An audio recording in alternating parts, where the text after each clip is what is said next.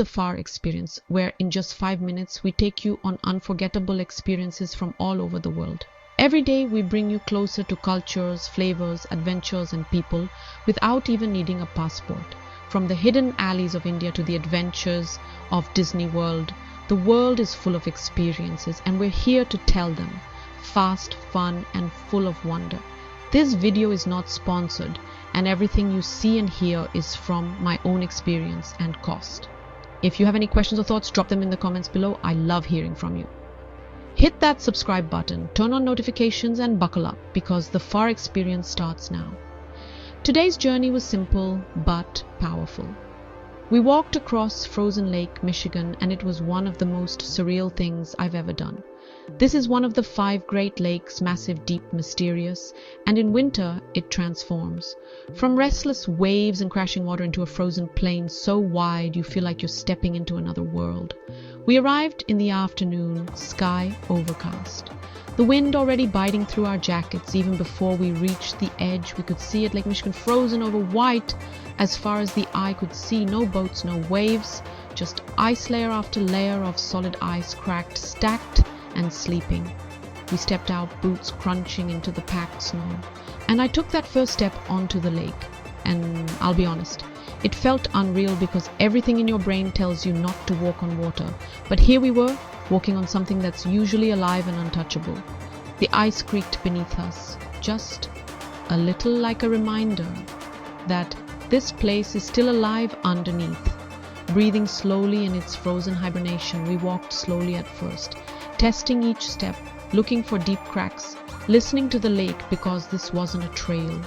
There are no signs out here, no guarantees, only instincts, and trust in nature. As we moved farther, the snow got thinner, the ice clearer, and then we could see it. The deep blue lines running beneath us like veins, stretching for miles. It felt like walking on glass, glass that groaned, that shimmered, that held our weight, but never promised it would around us. It was quiet. No city sounds, no footsteps, but our own, just the wind and the sound of snow brushing across the frozen surface.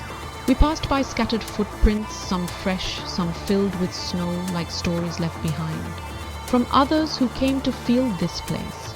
A few skaters glided in the distance, tiny specks moving in slow, graceful loops. Some people stood still, just staring at the horizon, because honestly, there's something hypnotic about standing on a lake that's not moving. That kind of silence, that kind of space, it changes your breathing. Respectfully, feel the quiet, let it speak. If this moment moved you, like the video, subscribe, and tell me in the comments, have you ever walked on ice? Would you? Until next time, stay curious, stay grounded, and I'll see you in the next one. Alright, picture this. It's the dead of winter, and Lake Michigan stretches out before me. Giant, cold, seemingly endless. Every year, thousands of people wonder, does this massive lake really freeze over? And if so, what's the science behind it? Let's dig in. Lake Michigan is one of the 5 Great Lakes, and it's huge. We're talking about more than 22,000 square miles of surface area, with an average depth of almost 300 feet. For a lake this size, freezing solid isn't easy. Even in a brutal Midwest winter, the sheer volume of water acts like a giant heat battery, resisting rapid temperature changes. So does it freeze? Well, yes and no. Lake Michigan doesn't freeze over completely, at least not in modern times. But the edges and bays can freeze solid, sometimes stretching miles out. This happens because shallow water loses heat faster, letting ice form much more easily than in the deep open lake. The process starts with surface water cooling as air temperatures drop. When it hits about 39 degrees Fahrenheit, something fascinating happens. Water is densest at this temperature, so the coldest water stays on top instead of sinking. As surface water cools further to 32 degrees, it freezes, forming a thin sheet of ice. But if you're picturing a flat, glassy surface, think again. Wind, waves, and snow can pile up ice into jagged formations called ice shoves or pancake ice.